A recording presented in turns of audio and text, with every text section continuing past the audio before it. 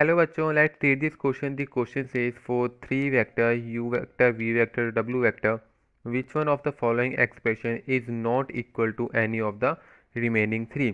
तो इनमें से तीन एक्सप्रेशन तो इसके लिए सही होंगे, लेकिन जो तीसरा चौथा एक्सप्रेशन होगा वो इनमें से किसी के एक के तीनों के सेम नहीं होगा। तो हमें वो एक्सप्रेशन बताना है कि कौन सा होने वाला है। तो देखो, इस क्वेश्चन के लिए हम की कंसेप्ट कौन सा यूज़ करने वाले हैं। की कंसेप्ट हमारा होगा, अब हमें यहाँ पता होना चाहिए कि यहाँ पे बॉक्स ए बी सी क्या होता है। अब देखो, यहाँ पे box of A B C को हम कैसे लिख सकते हैं। A vector dot B vector cross C vector. अब ये, अब इसको इक्वल और कर सकते हैं अगर हम साइक्लिक ऑर्डर देखें एक। ये साइक्लिक ऑर्डर क्या होता है, जैसे कि यहाँ पे देखो, यहाँ पे ए है हमारा, यहाँ पे बी है हमारा, यहाँ पे सी है। मतलब कि अगर हम इनको ऐसे अरेंज करें जैसे कि अगर ए के बाद बी आई, बी के बाद सी आई, सी के बाद ए आई, ये ऑर्डर चेंज नहीं होनी चाहिए। इनको कहीं भी लिख सकते हैं। जैसे कि यहाँ पे देखो, अगर मैं यहाँ पे लिखता हूँ B dot C cross A, तो ये भी साइक्लिक ऑर्डर है। देखो कैसे, क्योंकि बी के बाद सी आ रहा है और सी के बाद ही ए आ रहा है, तो एक साइक्लिक ऑर्डर ये है, तो ये भी इसके इक्वल होगा।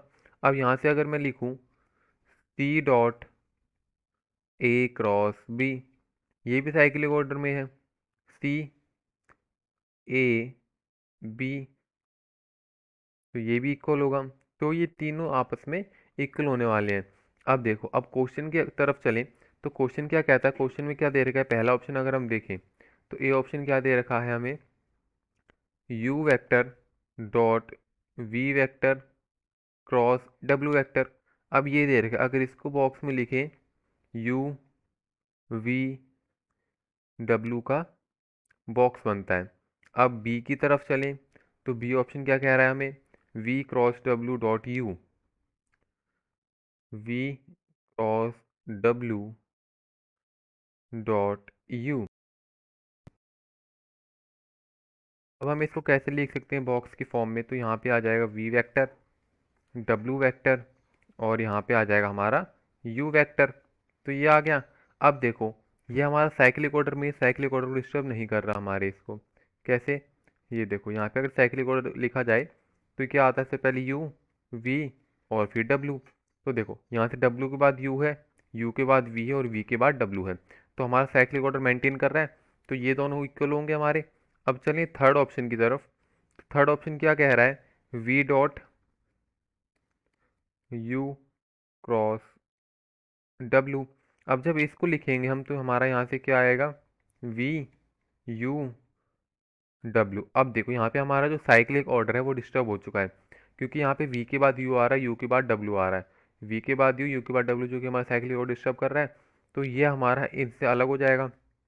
अब ऑप्शन नंबर डी की तरफ देखें, अगर देखो इसको अगर हम इक्वल बनाना है तो हम इसको कैसे लिखेंगे। यहाँ से हमको इनकी वैल्यू इंटरचेंज करनी पड़ेगी और ये बनेगा नेगेटिव में। तो यहाँ से ये हो जाएगा यू वी डब्ल्यू। अब डी ऑप्शन की तरफ देखा जाए तो क्या है, you cross V dot W, you cross V dot W. तो इसका बॉक्स क्या बन रहा है, यू वी डब्ल्यू। तो ये भी हमारा सही साइक्लिक ऑर्डर में है, और ये सिर्फ ये हमारा सबसे अलग आ रहा है जो कि है नेगेटिव में। तो देखो, इसका जो ऑप्शन नंबर सी हो जाएगा वो हो जाएगा correct answer, V dot U cross W. So option number C is the correct answer for this question. I hope you understood well. Best of luck.